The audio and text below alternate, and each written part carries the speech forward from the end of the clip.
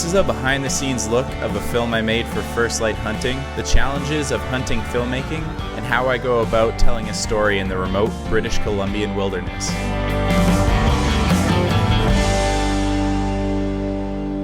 If you haven't seen the film yet, go check out Land of Legend on the First Light YouTube channel before watching this video.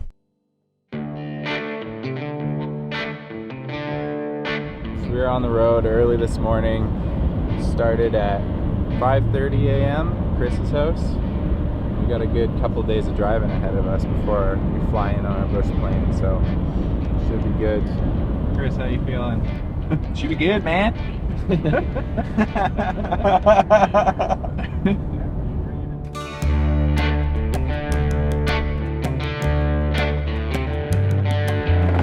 We stopped and stayed at a hotel at the halfway point of our trip north.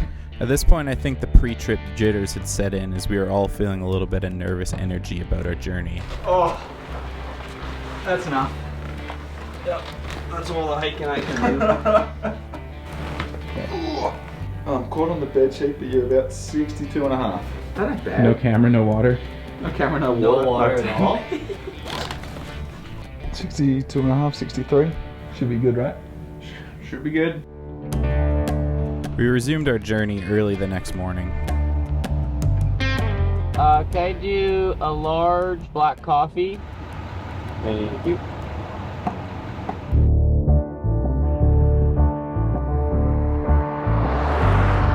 We're getting about 2 hours out from our town we're trying to hit here. Just getting into more of the northern mountains that we're looking at getting into. And there's a chance that we fly in tonight, waiting to see. Everything's a little up in the air and we just have to get there and see what happens.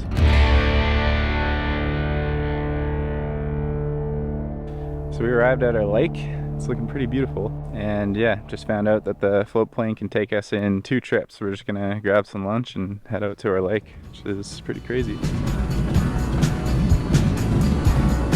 We flew into our hunting area on a beaver float plane. It's a super cool float plane made in the 1940s, and I think it gave the film and this scene in particular a little bit of extra character. We had a bit of a bumpy and exciting flight due to some storms that were in the area, but we made it to our lake. There's a bit of editing trickery here with the shot of the plane flying in, shot from the ground. I mixed this in from the plane leaving the area just to build up the sequence a little bit further. The main emotion that I was trying to capture at the end of this sequence was the feeling of aloneness as the guys offload from the plane and it takes off and flies into the distance.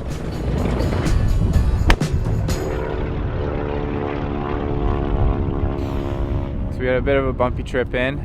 Marcus dropped us off. Wasn't sure if he could make it in. Super happy we were able to touch down and the boys are straight into it. Seeing what we can see.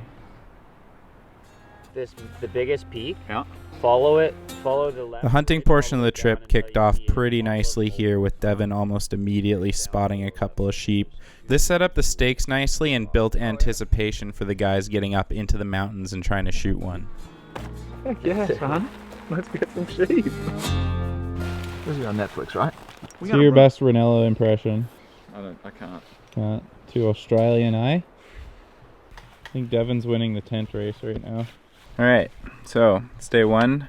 We're just kind of winding down for bed here. The sun doesn't really set too early, about 10:50 I think, and then up at 5 a.m. So it's going to be really long days, so trying to get in the rest when I can.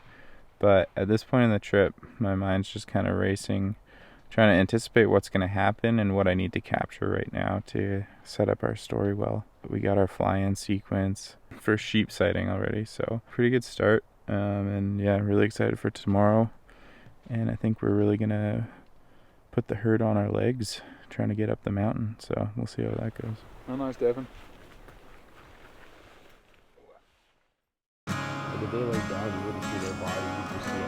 So we got on and off rain here and we're just packing up the bags, getting ready to hike up the mountain behind us. We'll see how it goes, see how much of the day it takes us, but we're hoping to get into a little bit more glassing vantage. And yeah, just trying to manage the moisture as we go up. It's going to be wet just from the trees and plants around us. It's probably going to be a long, hard hike. This is our first big push of the trip, so see how the legs handle it. Hiking montages never do the work justice. This was a steep, gnarly bushwhack. It's pretty steep and thick, but it's going to open up. It's going to be better. Probably got an hour and a half of pushing through this, I reckon. And then we're in the good. Vacation. It took us about half the day to clear the tree line, and by that time some weather had rolled in and we were really seeking for shelter. We got above the tree line and it's really starting to come down, so we're hunkering down a little bit. We got a lot of glassing area. And Chris has fixed us a pretty nice tarp here. Sheltering under a tarp is always welcome as a filmmaker, as I'm always paranoid about frying my gear in the rain. Yeah, what's the plan right now?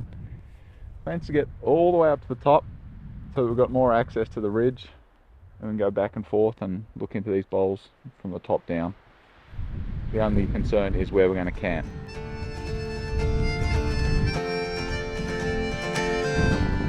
Originally here I had a whole scene of us setting up a tent, taking it down because of wind exposure and finding a new spot, but I cut it for time just because I wanted to make the edit a little bit more concise and didn't feel it necessary for the story.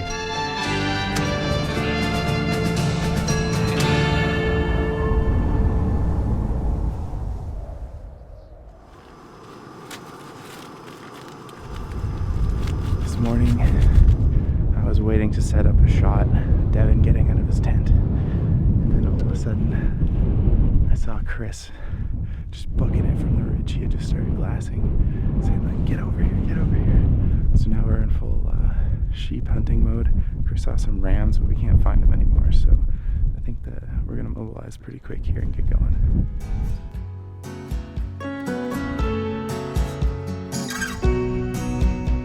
One of the highlights of this hunt was the massive country that we got to experience. In many of these shots, I tried to accentuate the scale of the landscape with a telephoto lens by blowing up the background and just giving a sense of smallness.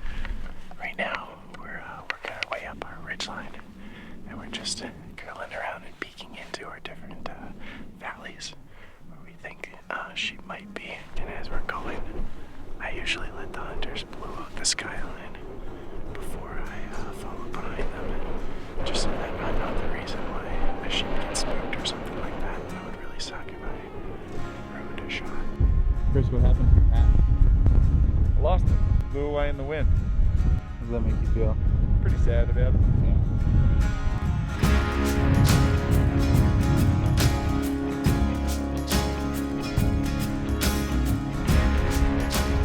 Tricky part of documenting a hunt is knowing when to be a part of the decision-making process or not. If you're truly doing documentary coverage, you're just sitting back and trying to not be a factor in the actual events and just covering what happens. But with this kind of thing, those decisions affect you a lot more than usual, like where are we going to camp or where are we going to get water, stuff like that. So it's always a balance to try and find when to participate in those conversations and push for something, and when to just take a back seat and see what the guys are going to do. Is that bear defense? Will you pee?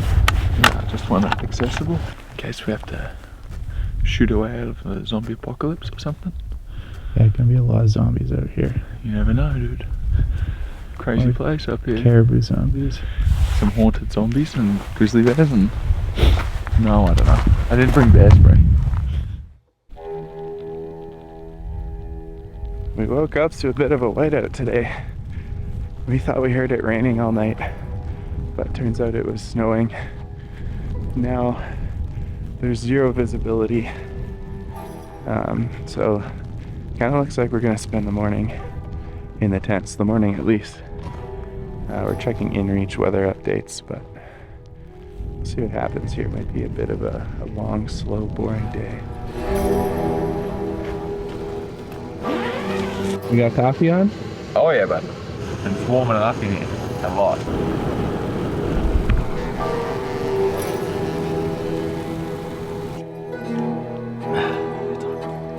We proceeded to spend the rest of the day in the tent playing cards and peeking our head out occasionally, checking to see if the fog had burnt off. You excited to get out of the tent? Very.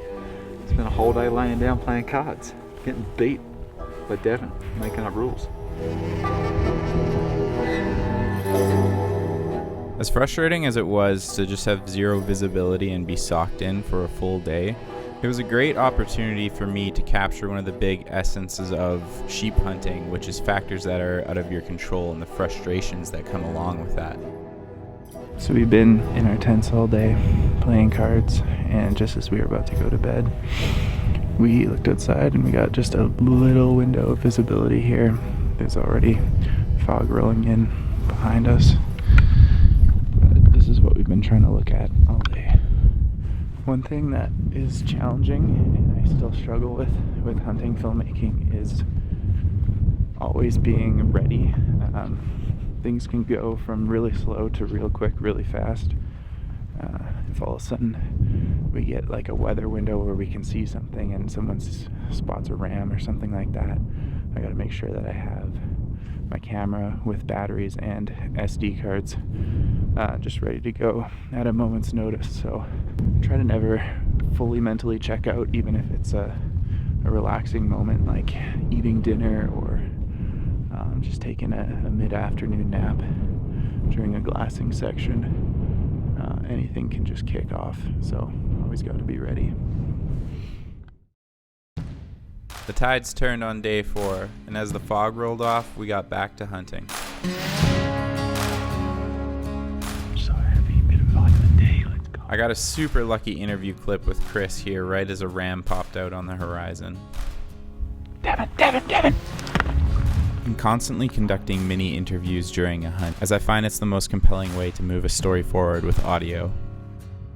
This was the first sheep that I was able to film really up close, and it did a good job of setting up the stakes for trying to find these animals for the rest of the film.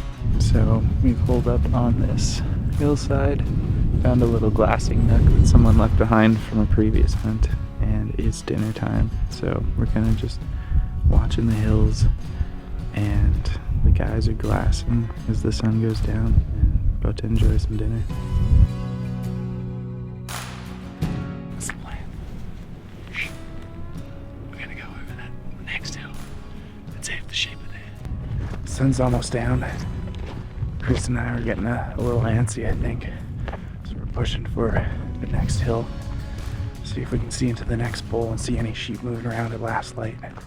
We weren't getting any action from our outpost, so we're just gonna do a little bit extra hiking today and see what we can see. We managed to spot the same sheep we had seen earlier in the day further down the ridge. Finding the young ram was encouraging, but at this point we were still a little skeptical, having not found anything mature enough to legally hunt.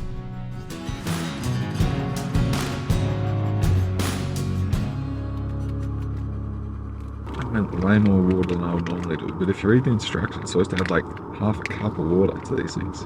Day 5 was halfway through our allotted hunting time, and I could tell the guys were starting to feel the pressure to find something legal to hunt. Today's pretty cold and windy. We checked out the far back bowl of our range yesterday. Today we're making a push. We're gonna try and sit there and see what we can see the whole day. This is kind of our last go for that portion of the range. This is a Lord of the Rings scene when they're on that mountain and the guy wants 6 breakfasts. I've never seen the movie, You've never seen Lord of the Rings? but I'll pretend I know the reference. He wants 7 breakfast, and then the ranger that he's with says no. And then What about 11sies? what about the 11sies? Like he wants like 6, 7, 11 breakfasts.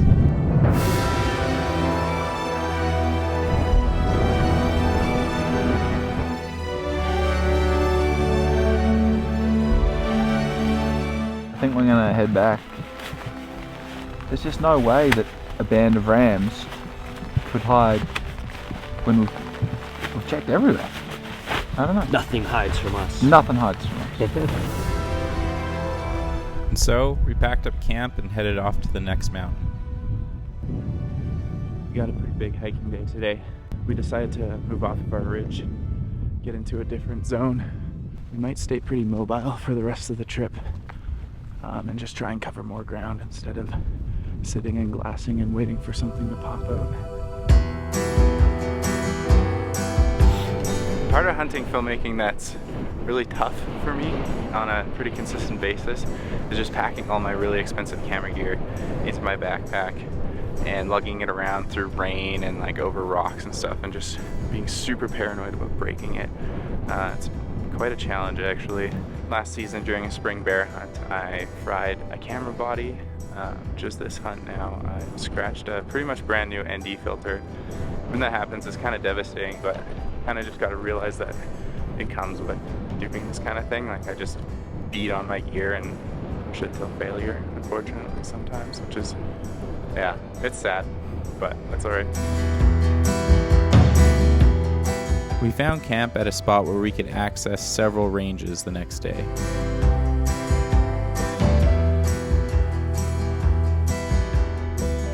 So we woke up to our first full sunny day, and yeah, we're just looking to cover a whole bunch of country today. We're on day 7, so I feel like the feet are getting antsy and we want to just move around and see a whole bunch. But we're kicking it off with just a little bit of glassing here, and yeah, we're gonna get rolling pretty soon. Preseason training really came in handy this day. We put in a big effort, lots of kilometers, lots of elevation gain, and touched a lot of different peaks, and eventually it paid off. There's 8 ewes and 2 lambs. We ended up spotting a group of about 10 sheep. These were all ewes and lambs though, not the band of rams we had been looking for. Despite the disappointment of no rams, it was still great to see a group of sheep and get some more wildlife footage. This really helped keep the film interesting and moving the story forward. We've just put in our biggest hiking day yet. Been all over this range. Over this mountain, that mountain, this mountain that we're currently on.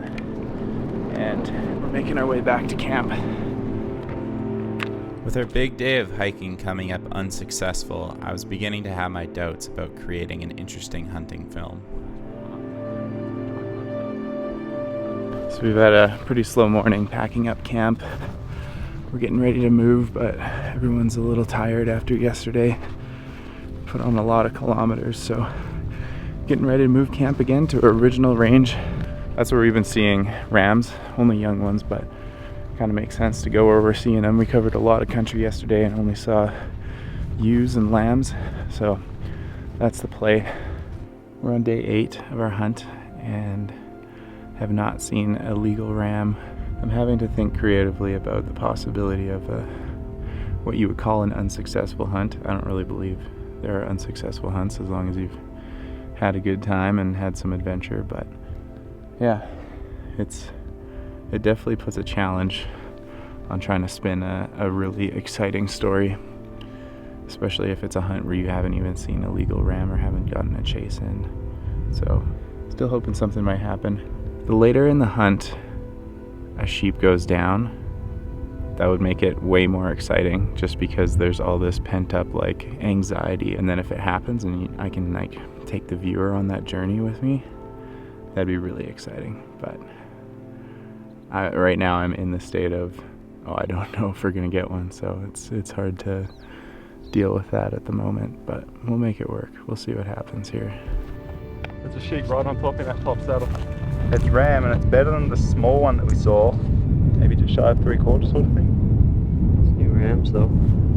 I think we just go up, maybe drop backpacks, binos, 1 spotter, rifle, and just belly crawl in. Wind's gonna be perfect. We decided to switch ranges this morning, and the guys, as we were moving over, spotted sheep on the top of the end of our original ridge. So now we're busting up towards it. Getting pretty tired climbing this ridge, but it's really exciting. Looks like new sheep, and could be a group of rams, which would be ideal.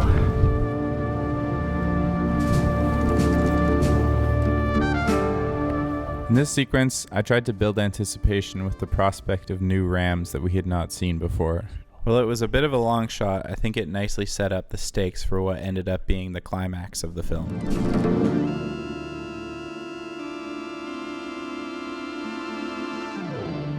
we're gonna push up this hill and try and get on top of them now that we know they're bedded on kind of a shelf, and hopefully get a good view. And they've got a couple more bedded with them. We've crested our ridge. Now we're sneaking. And it's the time when I become very silent. Just follow as closely as I can and try to not skyline myself. This is the most exciting part. Let's see what happens.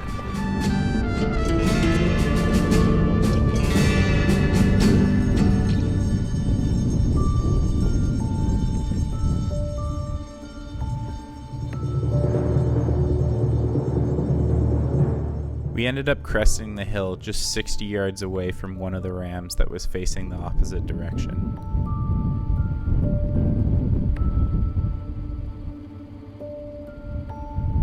I did my absolute best to capture the moment here while trying to hang back a little bit and not spook the ram or get in its eye line at all.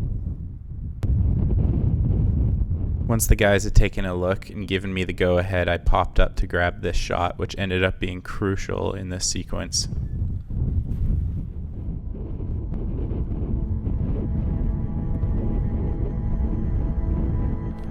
In the edit, I really tried to let this section breathe by using lots of long takes of the guys watching the ram. This does a good job of building the suspense and letting you experience that moment with the hunters. The editing of the music was super important here too, as I tried to really build the tension up until a climactic point where the ram spotted us and spooked.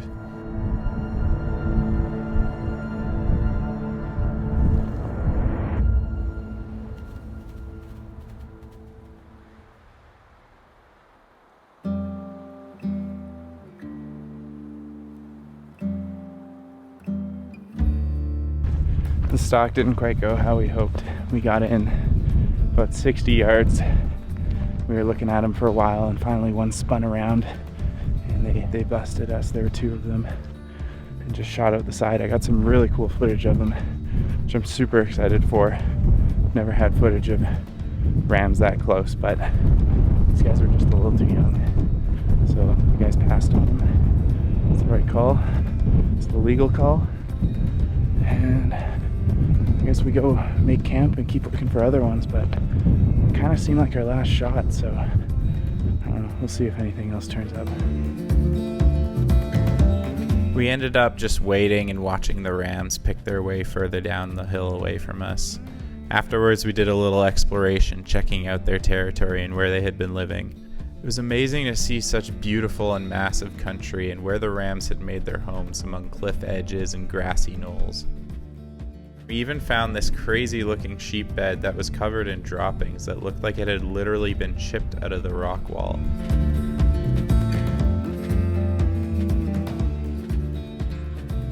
I wish that ramming house didn't feel so final, but I'm okay that it does. Really okay with that. The soundtrack for July Saturday night. With that feeling of finality, we began to make our way down the mountain. We weren't completely calling the hunt as we were keeping our eyes on the ridgelines for more rams, but it seemed like all our hunting opportunities were behind us. We dropped to the tree line this evening after our stalk. Tomorrow, basically, we have our last chance to look for rams and then get down to the lake for an early out the next day. So the trip is feeling like it's winding down, and now I'm thinking about falling action in the film. It's hard to not just check out at this point, and I'm just super tired and wanting to just eat and sleep basically. But gotta keep my head in the game to close out the film, so hopefully I can make that happen.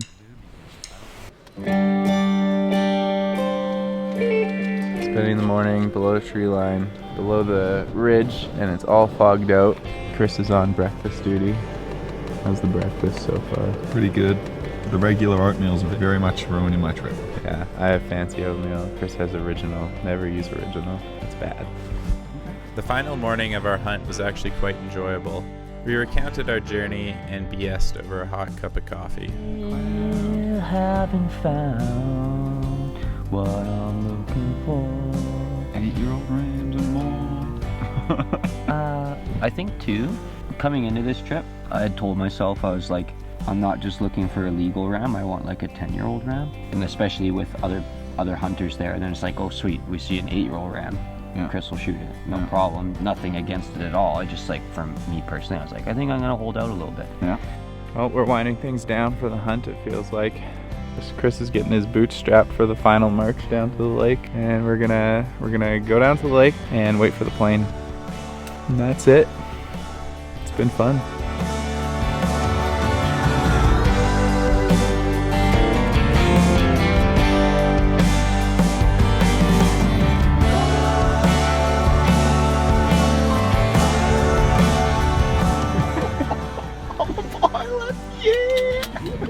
If you made it this far, thanks so much for watching. I'd be stoked if you shared the video and subscribed to the channel. If you want to follow Chris and Devin, here's their Instagram handles. Follow us on Instagram to see what we're up to this hunting season. And finally, thanks to the guys over at First Light for helping make this hunt happen and trusting me to tell the story. Made it back to East Lake, back to the truck, back to clean clothes, hopefully some food. We got about 20 hours of driving ahead of us, so better get it. Staple of the song.